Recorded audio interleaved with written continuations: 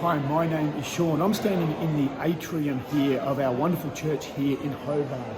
As you can see, we have our midweek cafe going here, our play groups are on, just some of the activities we do here at Hobart. I want to speak a little bit today about what you're going to see over the next few weeks, because once a year here in church, we have the opportunity for new voices to get up and to share their stories, to share their testimonies on stage in both our midweek services and during our weekend services. This was part of our series on Beyond the Boat, which was about stretching their faith. So some of the stories are very real testimonies of how people had some struggles and yet they found Jesus and they were able to see hope come through this. So I encourage you to be able to share them with others, to be able to sit with your family, to be able to watch these, to be able to talk about what the stories are. And as always, if you want to chat to us, then please respond and we'd love to get in contact with you. If you want to know anything more about what we do here, then also just get in contact with us. God bless, and we'll see you on the screens very soon.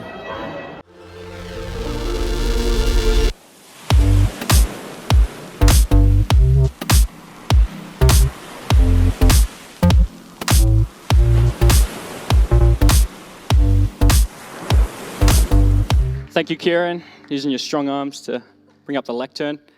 It's funny how people call it a pulpit, because last time I checked, a pulpit is actually a building. So, lectern is the way to go. Yo.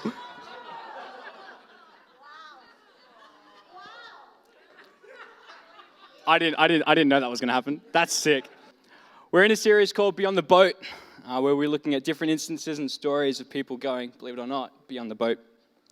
I want to take a little bit of a different approach this morning. Title of my message for those taking notes is Sufficiency. How God's grace and His mercy are sufficient for you.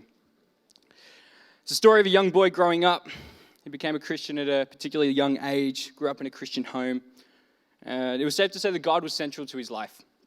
He would tell his friends about Jesus. He would go to church every week. First one there and the last one to leave.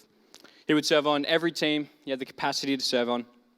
However, one day, someone asked him a question that shifted his thinking. 3 words. Who are you? See, he'd never stopped to think about who he was. He was so caught up in God this, God that, God then, that he never stopped to think, who has God created me to be? Because of this, he began to question his motive. Why do I do what I do? It's a great question to ask. The young boy grew up thinking he needed to be like God, not so much to become God, rather to earn his love, earn his respect, and to stand out beyond the crowd so much that people would know that guy's a Christian. He felt as if he had to prove his salvation, work towards becoming divine. See, he knew about grace and mercy, but I don't know about you, but there's a difference between knowing something and being convicted by it, or having a revelation by it. First point is this: work does not work. I'm a youth leader. Got to expect that. The story would not do itself justice if it did not have some relatability. The story of the young boy is my story. I grew up thinking that works was satisfactory. Work was sufficient. If I get to church enough, I'll receive more. If I serve on enough teams, I'll receive more. If I pray all the time, read my Bible all the time, I will receive more. The danger in this is that the perspective becomes, if I become, then I can enter into relationship. Rather, God is speaking to us. He's saying, enter so you can become. Unfortunately, I'd missed the point of what grace and mercy was. I thought works was sufficient for me. So you do not become a Christian because you come to church, just as much as a car doesn't become more of a car because you add a new radio. I don't know much about cars, but I know that. My first point in works does not work is it ends up displaying 2 things. The first one is it ends up creating expectation.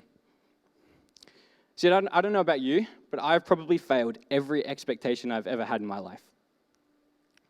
Family's expectations, church's expectations, work's expectations, my own expectations. Anyone out there feel the same? Yeah.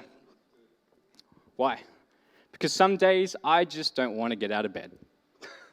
I don't know if you've been there, but some days I wake up and you go, nah, today is not my day. I'm just going to stay back. but also because the expectations become too unrealistic that you actually cannot achieve it. My second one is this, is it creates disappointment. Joseph Prince says this, the very thing that God gave to man, the 10 Commandments, work, law, to show our sinfulness, we try to use to show him his righteousness. But maybe if I keep working, my Christian resume will look good. People will see how good God is through me, because of me. Okay, so what if it doesn't? What if you've spent all your time trying to prove to people how good God is by setting the unrealistic expectations, doing all the Christianese things, but it doesn't go as you planned? What do you get? Disappointment. Because we are saved by grace, then our credibility comes from who we are in Christ, not by what we do in Christ. I'm going to say it again. Our credibility comes from who we are in Christ, not by what we do. Second point is this. Grace is sufficient. I know I work in youth ministry. I got to have short points. Ephesians 2:8 says, "For it is by grace you have been saved through faith, and this is not from yourselves. It is the gift of God." So I hear you all asking so earnestly, what is grace and mercy? That's an excellent question. Just going to take a drink before I answer that. Yo, who prefers Pepsi over Coke? Yeah, my family's at the back. Put your hands up. You guys prefer Pepsi. There we are. I want to explain what mercy is first. Just imagining, right? Hopped into your 1995 Toyota Corolla, burgundy color, shall I say. You're going 100 kilometers in a 40 school zone. Don't do it. I've been there. No, I'm kidding. I haven't been there. And you're standing there before the judge, and he's like, "Bro, we got you on camera, man." And you're like, "Bro, there was a cake sale, man. I needed to get to Woolies in order to get the cake." And he's like, "Bro, we got you on camera. There's nothing you can do about that." And so you make your cakes. But anyway, it moves on in the court, and the judge says, "All right, we're letting you go. This is mercy. You were caught, but you were being let go." Grace is a little bit like that. Grace is this. You were caught doing 100 kilometers in the school zone in your 1995 Toyota Corolla burgundy color. And the judge says, all right, we'll let you go. And then he goes out to the back, and he grabs something. He comes back, "But here are the keys to a Ferrari." That's grace. 1 Corinthians 15:10 says, "But by the grace of God, I am what I am. And his grace to me was not without effect. No, I worked harder than all of them, yet not I, but the grace of God that was with me." There is nothing we can do to work our way up towards grace. Ephesians 2:8 says, "Because it is the gift of God." I don't know about you, but I don't usually work for gifts because I get given them from people who care about me.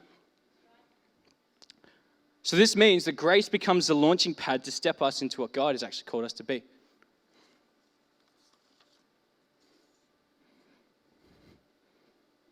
I want to finish with this. I'm going to link it back to the Beyond the Boat. Matthew 14:28-29.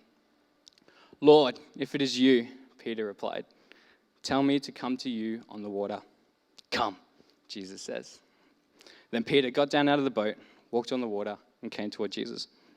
And there's an interesting element within this passage, and it's what Peter does. I find it really, really interesting. Peter doesn't stop to think. I mean, he never really stopped to think anyway, but Peter doesn't stop to think, have I got everything before I step out of the boat?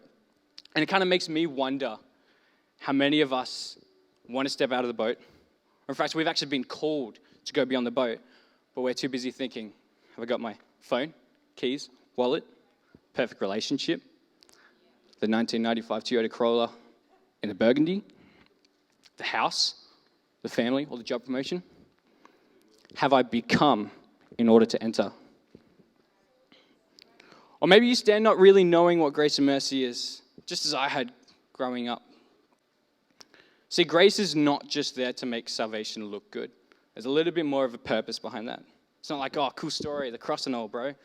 It doesn't stop at the cross. Grace continues. And so faith becomes the activation of grace. And just as you would be standing towards the judge if they'd offered you the Ferrari, because it's a gift, it's on you to say yes or no. Thanks, church.